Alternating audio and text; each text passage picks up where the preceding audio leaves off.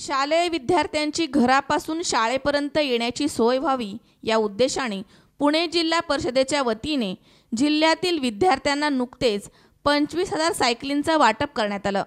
अनेक नाविन्यपूर्ण आणि उल्लेखनीय योजनांनी राज्यामध्ये नावलौकिक मिळवणाऱ्या पुणे जिल्हा परिषदेने यावर्षी आपल्या अर्थसंकल्पात 8 कोटी रुपयांची तरतूद करीत राज्यामध्ये प्रथमच हा उपक्रम राबवलाय।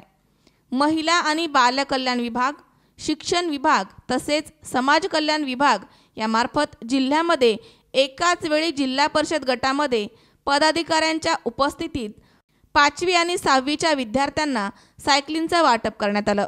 हवेली तालुक्यातील जिल्हा परिषदेचे अध्यक्ष श्री प्रदीपदादा कंद, गटविकास अधिकारी, पंचायत समिती सदस्य आदींच्या हस्ते लोणीकंद येथे जिल्हा परिषद शाळेत विद्यार्थ्यांना या सायकलींचं वाटप करण्यात आलंय।